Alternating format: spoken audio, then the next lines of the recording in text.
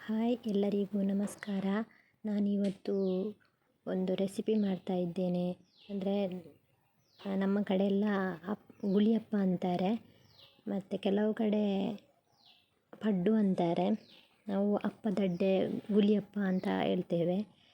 ಇದು ಎಷ್ಟು ಸ್ಮೂತಾಗಿ ಬಂದಿದೆ. ಈ ಥರ ಹೇಗೆ ಮಾಡುವುದು ಅಂತ ನೋಡೋಣ ಬನ್ನಿ. ನಾನು ರಾತ್ರಿಯೇ ಅಕ್ಕಿಯನ್ನು ರುಬ್ಬಿಟ್ಟಿದ್ದೇನೆ. ಉದ್ದಿನಬೇಳೆ ಮತ್ತು ಅಕ್ಕಿ 5 ಗಂಟೆ ನೆನೆಸಿಟ್ಟು ರುಬ್ಬಿ ಇಟ್ಟಿದ್ದೇನೆ.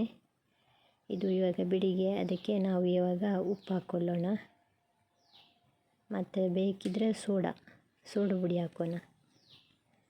ಬೇಕಿದ್ದರೆ ಮಾತ್ರ, ಇಷ್ಟೆಲ್ಲದರೆ ಬೇಡ. ಅದಕ್ಕೆ ಇವಾಗ ಮತ್ತೆ ತೆಂಗಿನಕಾಯಿ ಹಾಕೋಣ.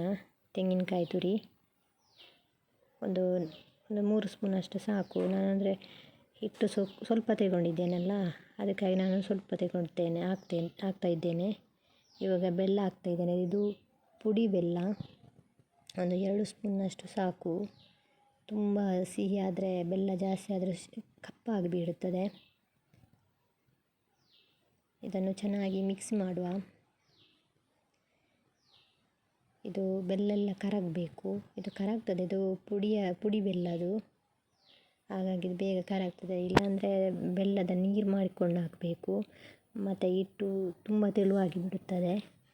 ಹಿಟ್ಟನ್ನು ರಾತ್ರಿ ನಾವು ಕಲಸಿಡುವಾಗ ದಪ್ಪ ಇಡಬೇಕು, ಇಲ್ಲಾಂದರೆ ಬೆಲ್ಲ ಹಾಕುವಾಗ ಅದು ನೀರಾಗಿ ಬಿಡುತ್ತದೆ.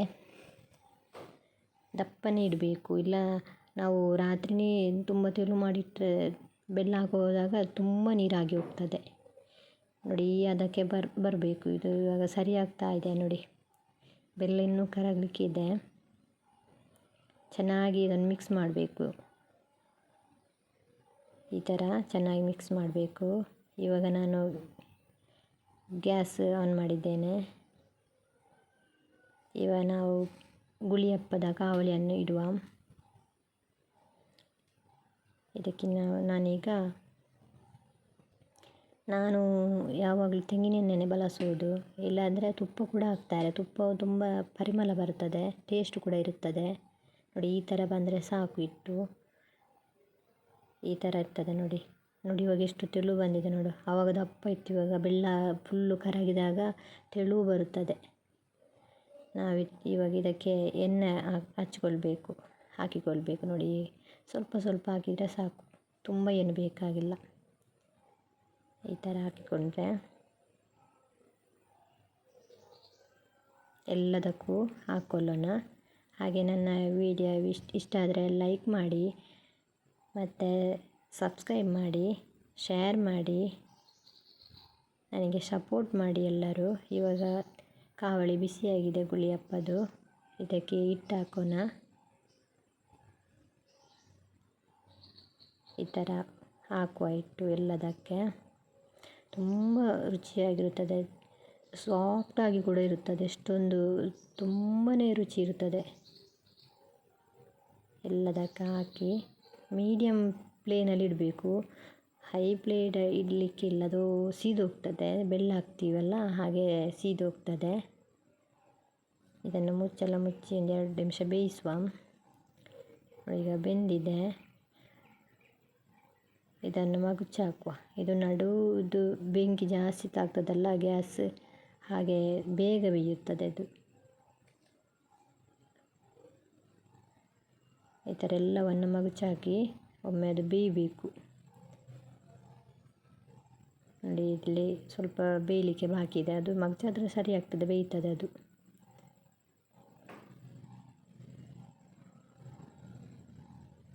ಕಾವಲಿ ಸ್ವಲ್ಪ ಈ ಕಡೆ ಬಂದಿದೆ, ಅದು ಬೆಂಕಿ ತಾಗ್ತಾ ಇಲ್ಲ ಅದಕ್ಕೆ.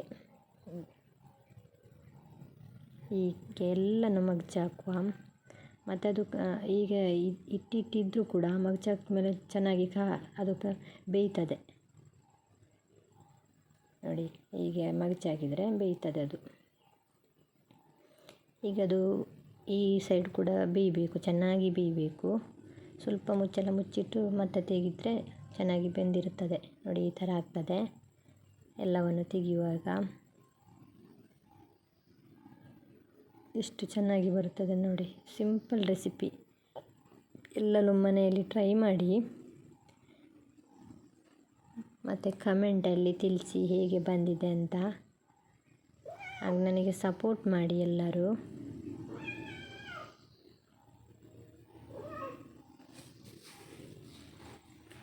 ಇವಾಗ ನಾನು ಮತ್ತೆ ಎಣ್ಣೆ ಹಾಕ್ತಾ ಇದ್ದೇನೆ. ಇನ್ನೊಮ್ಮೆ ಹಾಕಿ ತೋರಿಸ್ತೇನೆ. ಬೆಳಿಗ್ಗೆ ದಿಢೀರ್ ಅಂತ ಮಾಡ್ಬೋದು. ಅಂದರೆ ರಾತ್ರಿ ರುಬ್ಬಿಡ್ತೇವಲ್ಲ ಅಕ್ಕಿ ಮತ್ತು ಉದ್ದಿನಬೇಳೆಯನ್ನು, ಬೆಳಿಗ್ಗೆ ಅಷ್ಟೊಂದು ಕಷ್ಟ ಆಗೋದಿಲ್ಲ. ಅದಕ್ಕೆ ಉಪ್ಪು ಮತ್ತು ತೆಂಗಿನ ತುರಿ ಹಾಕಿ ಬೆಲ್ಲ ಹಾಕಿ ಮಿಕ್ಸ್ ಮಾಡೋದು ಅಷ್ಟೇ.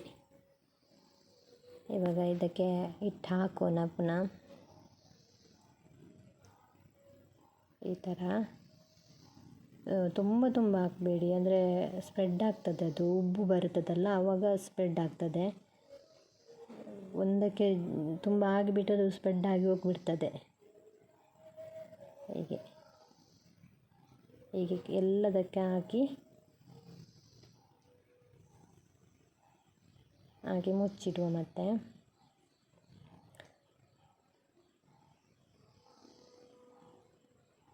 ಇದಕ್ಕೆಲ್ಲ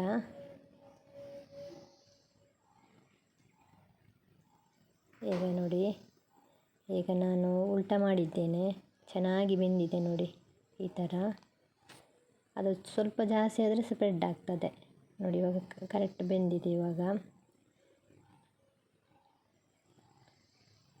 ತೆಗೆಯುವ ಇದನ್ನು ಕೂಡ. ಇದು ಒಂದು ಸಾರಿ ನಾವು ಹಾಕಿದರೆ ಒಬ್ಬರಿಗೆ ತಿನ್ನುವಷ್ಟು ಆಗ್ತದೆ. ಅದು ಬೇಗ ಆಗ್ತದೆ ಈ ರೆಸಿಪಿ. ತುಂಬ ಏನು ಲೇಟ್ ಆಗಲ್ಲ, 10 ನಿಮಿಷದಲ್ಲಿ ಮಾಡಿ ಬಿಡ್ಬೋದು. ಅಷ್ಟೊಂದು ಕಷ್ಟ ಇಲ್ಲ ಇದು ಈ ರೆಸಿಪಿ ಮಾಡಲಿಕ್ಕೆ. ಇವಾಗ ನಾನು ಇನ್ನೊಮ್ಮೆ ಹಾಕಿ ತೋರಿಸ್ತೇನೆ.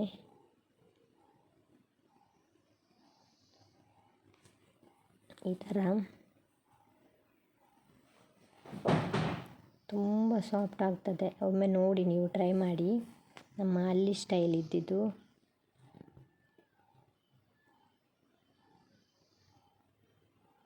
ಇದು ಯಾರು ತಿನ್ಬೋದು, ಬೆಲ್ಲ ಹಾಕಿರ್ತೀವಲ್ಲ, ಬೆಲ್ಲದ್ದಾದರೆ ಯಾರು ತಿನ್ಬೋದು. ಕೆಲವರು ಸಕ್ಕರೆ ಕೂಡ ಹಾಕ್ತಾರೆ. ಸಕ್ಕರೆದು ಕೂಡ ತುಂಬ ಚೆನ್ನಾಗಿರುತ್ತದೆ. ಅದು ಕೂಡ ಕೆಲವರಿಗೆ ತಿನ್ನಲಿಕ್ಕೆ ಆಗೋದಿಲ್ಲ. ಆ ಥರ ಬೆಲ್ಲ ಹಾಕಿದರೆ ಎಲ್ಲರಿಗೂ ತಿನ್ಬೋದು.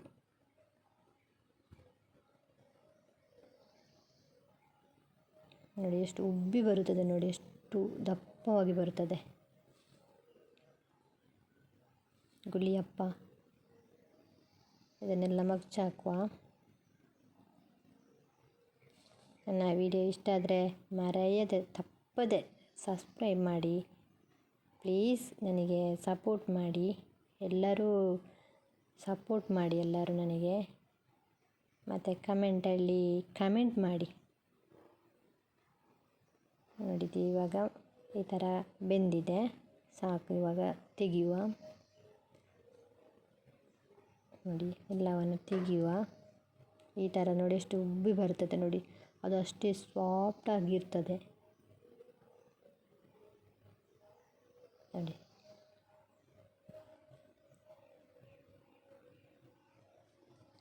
ತುಂಬ ಚೆನ್ನಾಗಿರುತ್ತದೆ ನೋಡಿ. ಎಷ್ಟು ಸಾಫ್ಟಾಗಿರ್ತದೆ ನೋಡಿ, ಎಷ್ಟು ಸಾಫ್ಟ್ ಇದೆ ನೋಡಿ, ಸ್ಮೂತಾಗಿದೆ. ಇದಕ್ಕೆ ಚಟ್ನಿ ಕೂಡ ತುಂಬ ಒಳ್ಳೆಯದಾಗ್ತದೆ. ನಾನಿವತ್ತು ಸಾಂಬಾರು ಜೊತೆ ಟೇಸ್ಟ್ ಮಾಡ್ತಾ ಇದ್ದೇನೆ. ಚಟ್ನಿ ಕೂಡ ತುಂಬ ಚೆನ್ನಾಗಿರ್ತದೆ. ಚಟ್ನಿ ಜೊತೆ ಕೂಡ ಕಾಯಿ ಚಟ್ನಿ, ಕಾಯಿ ಮೆಣಸಿನ ಚಟ್ನಿ ಮಾಡ್ತೀವಲ್ಲ, ಅದಕ್ಕೂ ಕೂಡ ತುಂಬ ಚೆನ್ನಾಗಿರ್ತದೆ. ನಾನಿವತ್ತು ಸಾಂಬಾರು ಜೊತೆ ಟೇಸ್ಟ್ ಮಾಡ್ತಾ ಇದ್ದೇನೆ. ಅದು ಕೂಡ ತುಂಬ ಸೂಪರ್ ಆಗ್ತದೆ. ಖಾಲಿನೂ ತಿನ್ಬೋದು, ಯಾಕೆಂದರೆ ಬೆಲ್ಲ ಹಾಕಿದ್ದೇವಲ್ಲ, ಬೆಲ್ಲ ತೆಂಗಿನಕಾಯಿ ಹಾಕಿದ್ರೆ ತುಂಬ ಟೇಸ್ಟಿ ಇರ್ತದೆ. ಸಾಂಬಾರು ಕೂಡ ಬೇಡ, ಆ ಥರ ತಿನ್ಬೋದು. ವಿಡಿಯೋ ಇಷ್ಟ ಆದರೆ ಲೈಕ್ ಮಾಡಿ, ಸಬ್ಸ್ಕ್ರೈಬ್ ಮಾಡಿ. ದಯವಿಟ್ಟು ಸಬ್ಸ್ಕ್ರೈಬ್ ಮಾಡಿ ಮರಿಬೇಡಿ. ನನ್ನ ವಿಡಿಯೋ ನೋಡೋದಕ್ಕೆ ತುಂಬ